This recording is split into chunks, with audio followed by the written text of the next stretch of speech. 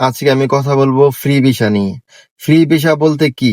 বাংলাদেশে সবাই বলে যে ফ্রি ভিসা ফ্রি ভিসা, মূলত ফ্রি ভিসা বলতে সৌদি আরবে কোনো ভিসা নাই। আসসালামু আলাইকুম রহমতুল্লাহ, আবারও চলে আসলাম আপনাদের মাঝে নতুন একটা ভিডিও নিয়ে। আজকে আমি কথা বলবো ফ্রি ভিসা নিয়ে। ফ্রি ভিসা বলতে কি? বাংলাদেশে সবাই বলে যে ফ্রি ভিসা ফ্রি ভিসা, মূলত ফ্রি ভিসা বলতে সৌদি আরবে কোনো ভিসা নাই।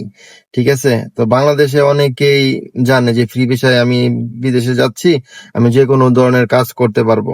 তো এই দেশে মূলত ফ্রি ভিসা বলতে কোনো বিষয় হয় না। ফ্রি ভিসাটা বলতে হচ্ছে কি, মূলত কি বোঝায় আমি এটা আপনাদেরকে বলতেছি।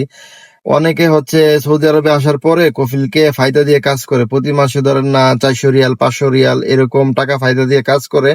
এই টাকাটা ফায়দা দেওয়ার কারণে কফিল তার খোঁজ নেয় না, সে কোথায় কাজ করতেছে বা কি কাজ করতেছে তার কোনো খোঁজ খবরই রাখে না। শুধু খোঁজ খবর নেয় কখন, যখন তার ছুটিতে যাওয়ার দরকার হয় বা ইকামা করতে হয়, তখন সে কফিলকে ফোন দেয় যে আমার ইকামা দরকার, আমার ছুটি দরকার, এই সেই হ্যান ত্যান অনেক কিছু।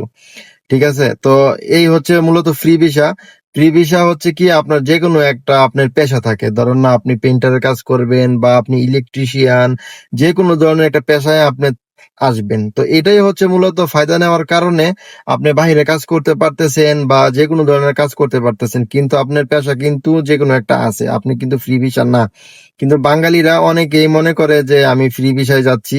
এই বিষয়ে আসলে হচ্ছে কি, আপনি ধরেন না আপনি ইলেকট্রিশিয়ান, আপনি অন্য কাজ করতেছেন, যদি আপনাকে পুলিশ ধরে, সে আপনার ইকামা দেখবে এবং চেক করবে যে সে তো ইলেকট্রিশিয়ান, তো সে তো কাজ করতেছে অন্য যে কোনো ধরনের একটা কাজ করতেছে। যদি আপনাকে হাতে নাতে এরকম পায় যে আপনার পেশা হচ্ছে ইলেকট্রিশিয়ান বা পরিচ্ছন্ন কর্মী, বিভিন্ন ধরনের পেশা থাকতে পারে, যদি আপনাকে এরকম পায়, তখন হচ্ছে হাতে নাতে পায়, তখন হচ্ছে কি তারা দেশে পাঠিয়ে দেয়।